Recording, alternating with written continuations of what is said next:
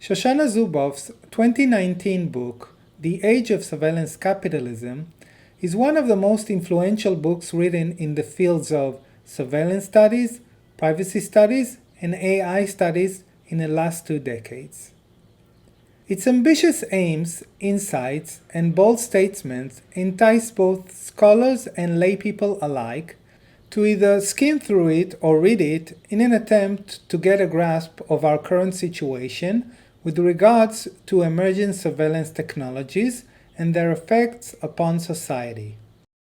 As such, it deserves close scrutiny that will try to highlight its strong points, analyze its weak points, and deduce what can be confidently said about surveillance capitalism after the critiques. This 3-part analysis is an attempt to offer such critique.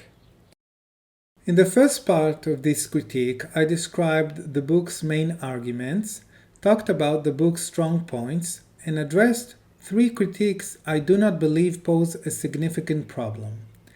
This second part of the critique of Zuboff's book will be dedicated to what I consider as the book's true weak points, while the last video will be dedicated to what can we say about surveillance capitalism after we internalize the critiques. Let us start with the book's most obvious problems and gradually turn to deeper ones. First, the book is too long. It's obvious Zuboff worked hard at making the book accessible to many audiences, including lay people. Yet she has written a book which is around 700 pages long. This in itself reduces its readability significantly and ensures that most of the readers won't read it from cover to cover. This is obviously a strategic error that could have been rectified with heavier-handed editing.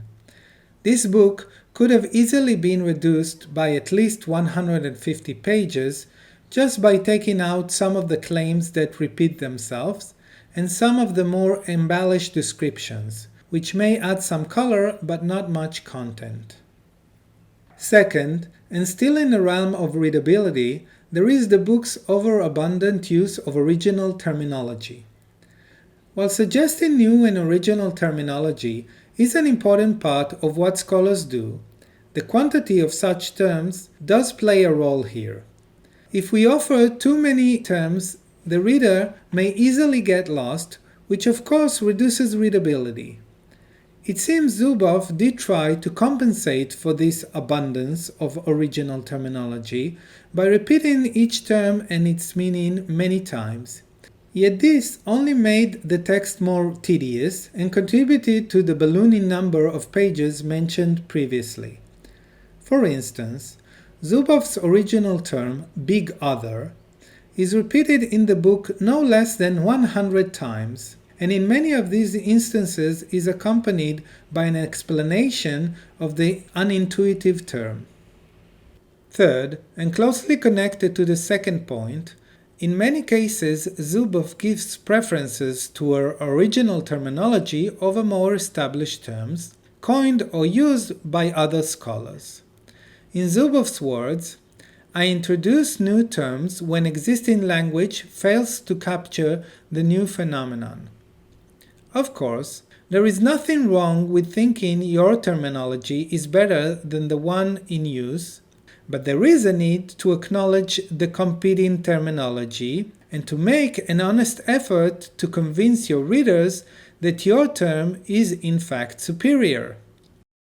Zuboff seldom does that in the book. Most of the time she ignores the existing terms and just suggests her own. For instance, instead of using the established term digital divide to depict the gap in digital skill that translate into real-life advantages for technologically literate people and disadvantages for the technologically illiterate, she uses her term division of learning without ever acknowledging the established term. In cases in which she does acknowledge an existing popular term, Her comparison between the terms is brisk and uninformative. This is a pity, since by bypassing comparisons with existing terms, she doesn't give herself the opportunity to clarify for herself and for her readers what important elements are missing in these existing terms, which perhaps do exist in her own. I think that if she would have done proper comparative work, she would have found that some of her unique terminology isn't superior to existing terms and would have ultimately gone with the more established terms.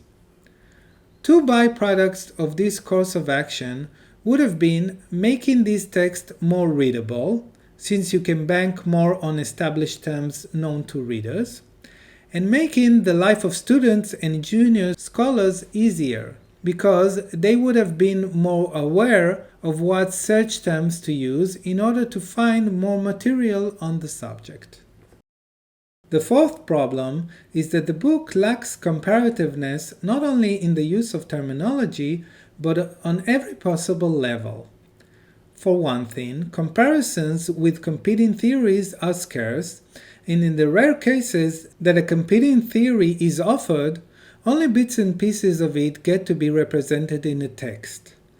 Thus, in those rare cases, since the alternative theory is not fairly represented, the comparison itself is biased and not elucidating. Most of the time, Zuboff just ignores competing theories, which for me degrades the value of this book as an academic work. Comparing theories helps to uncover the tacit assumptions of each theory, to elucidate points of agreement, and to clarify points of disagreement. This helps the reader make a more informed decision which theory she or he finds more convincing. Empirically, the scarcity of comparativeness is realized, amongst other things, in an insufficient comparison between surveillance capitalism with other types of capitalism.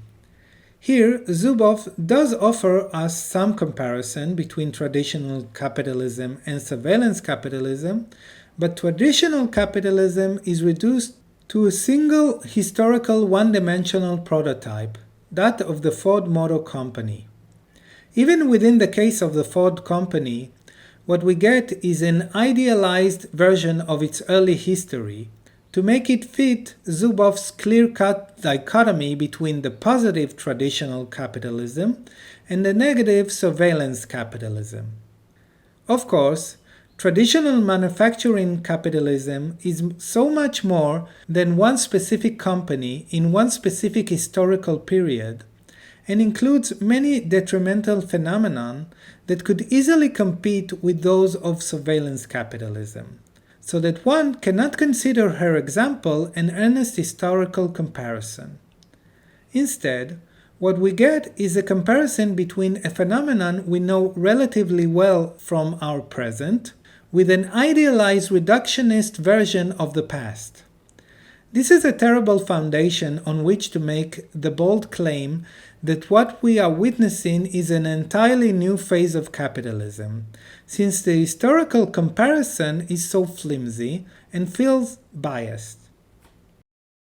This problem of faulty comparisons between surveillance capitalism with other forms of capitalism extends to the present.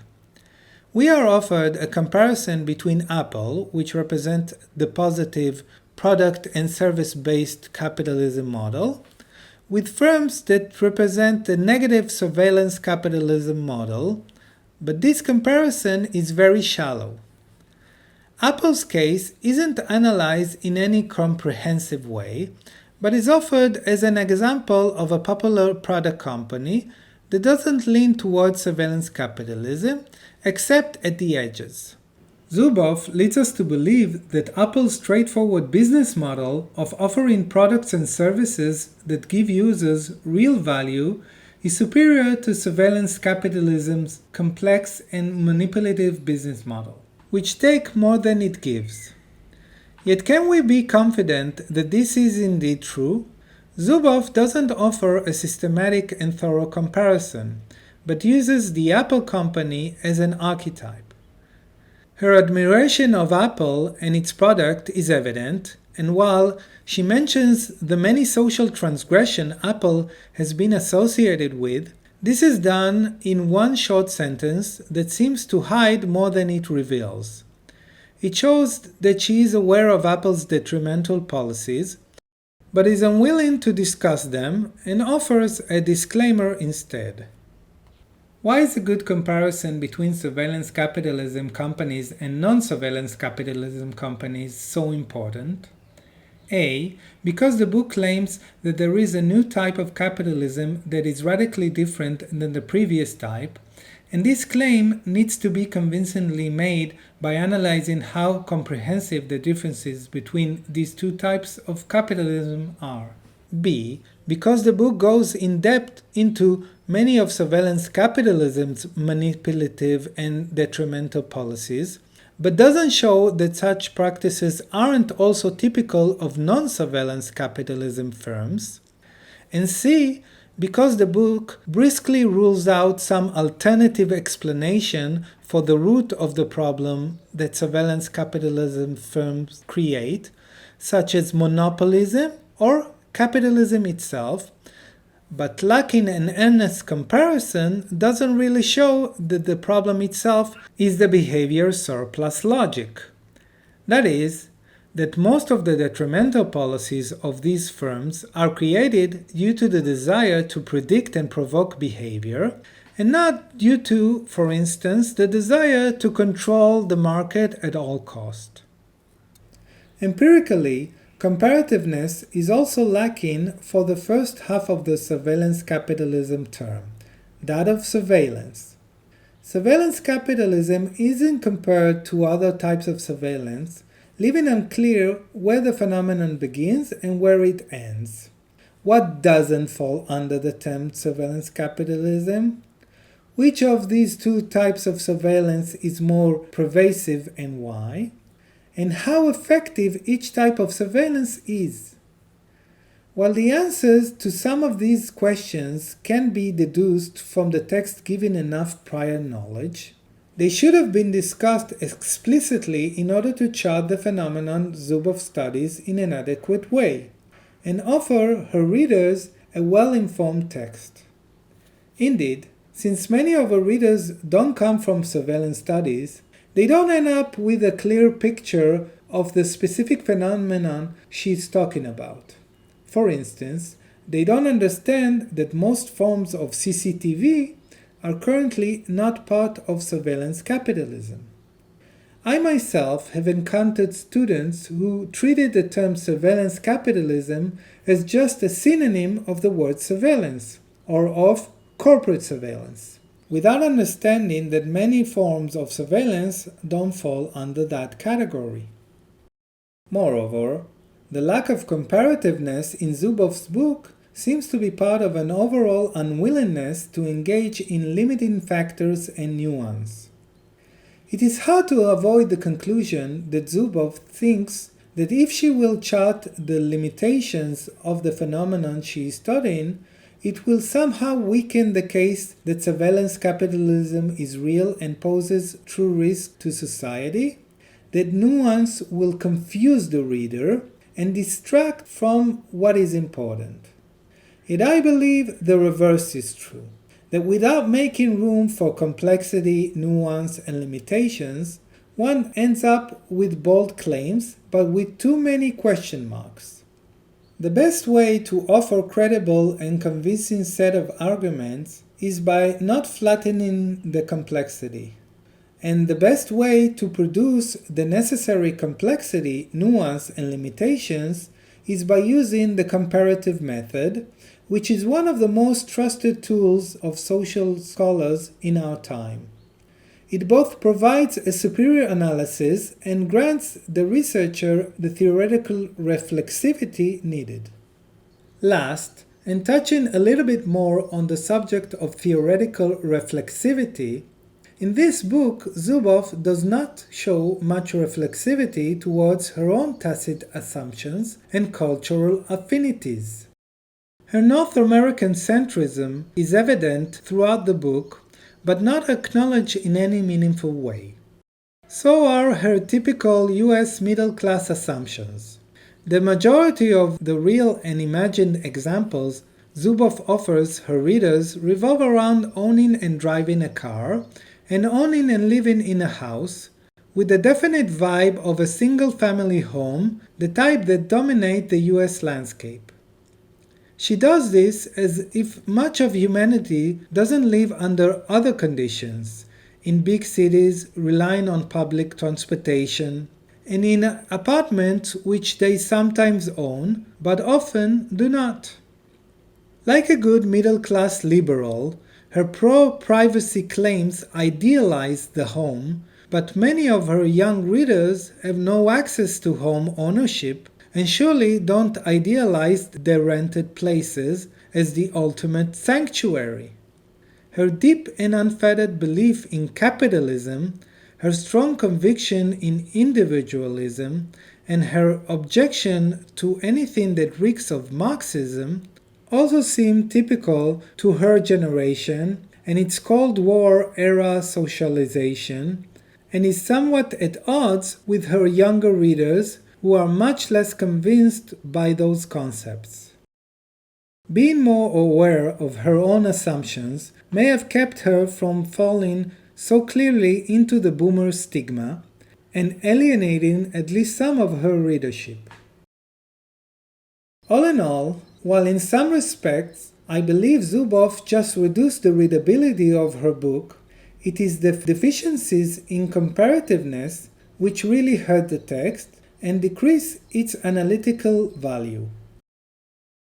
The next video will be dedicated to what can nonetheless be confidently said about surveillance capitalism when considering all the critiques.